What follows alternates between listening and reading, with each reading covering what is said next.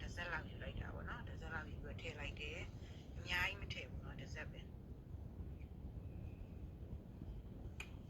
တစ်စက်ထည့်တယ်ပြီးရခါကျတော့ကျမတို့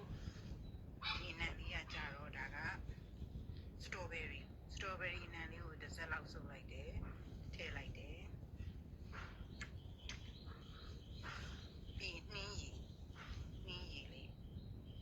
လေးကိုကျမတို့တစ်စက်လောက်စုပ်လိုက်တယ်ထည့်လိုက်တယ်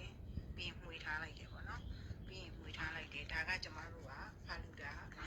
စီရပါပြီဒိုမီနိုမှာသုံးပါနော်အခုဒိုမီနိုမှာပါဝင်တဲ့ပစ္စည်းတွေကိုကျမတို့ကအန်ကွက်လေးတွေကိုလှဆင်ထည့်ပါမယ်ဒိုမီနိုကရမ်းလွယ်ပါတယ်တတိလေးတွေလှဆင်ထည့်လို့ရုံပဲနော်ခဏလေးပါနော်ခဏလေးကိုရောင်လေးနည်းနည်းတစ်ခါလေးထည့်ပါတယ်ရောင်လေးလှအောင်ရောင်လေးလည်းတစ်ခါလေးထည့်ပါတယ်ရောင်လေးနည်းနည်းပေါ့ခါလေးထည့်ပါတယ်ရှင်ဟုတ်ကဲ့အခုဆိုလို့ရှိရင်ဒိုမီနိုပြင်ဆင်ပါမယ်ဒိုမီနိုပြင်ဆင်တဲ့အခါမှာကျမတို့ကပထမဦးဆုံးဒီဒိုမီနိုခွက်ထဲကိုကျမတို့ရေခဲထည့်ပါတယ်ရေခဲ3-4ခဲလောက်ထည့်လိုက်တယ်နော်ရေခဲ3-4ခဲလောက်ထည့်တယ်ပြီးတဲ့အခါမှာကျမတို့ဟိုနင်းပေါ့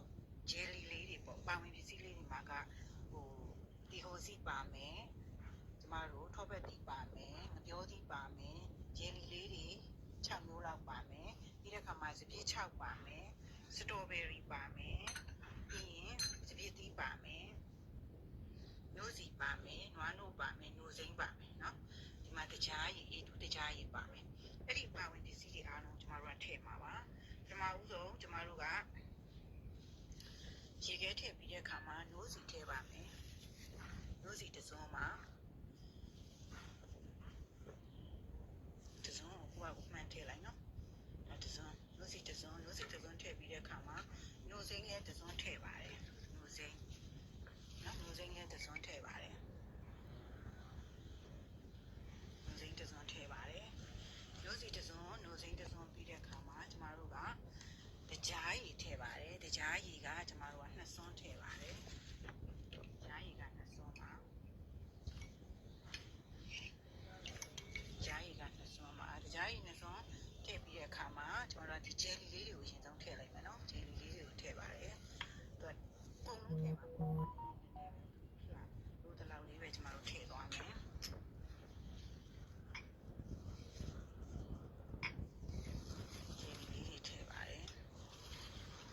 အောက်ကခံလိုက်တဲ့သဘောပေါ့နော်ပြီးတော့မှပေါ်ကတတိလေးတွေတက်မှာ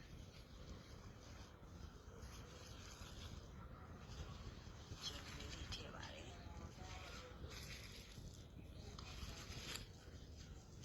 ပြီးရခါမှာဒီလေးရောက်ထည့်ပါတယ်ပြီးရင်တတိလေးတွေထည့်ပါတယ်နော်တတိလေးတွေထည့်ပါတယ်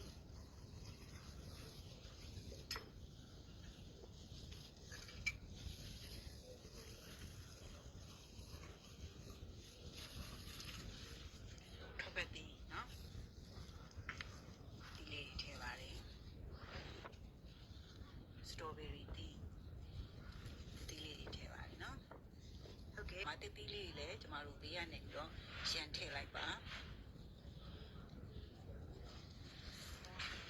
ပြီးတဲ့အခါမှာကျမတို့နွားနို့လေးလောင်းပါတယ်ကြားရည်လေးလောင်းပါတယ်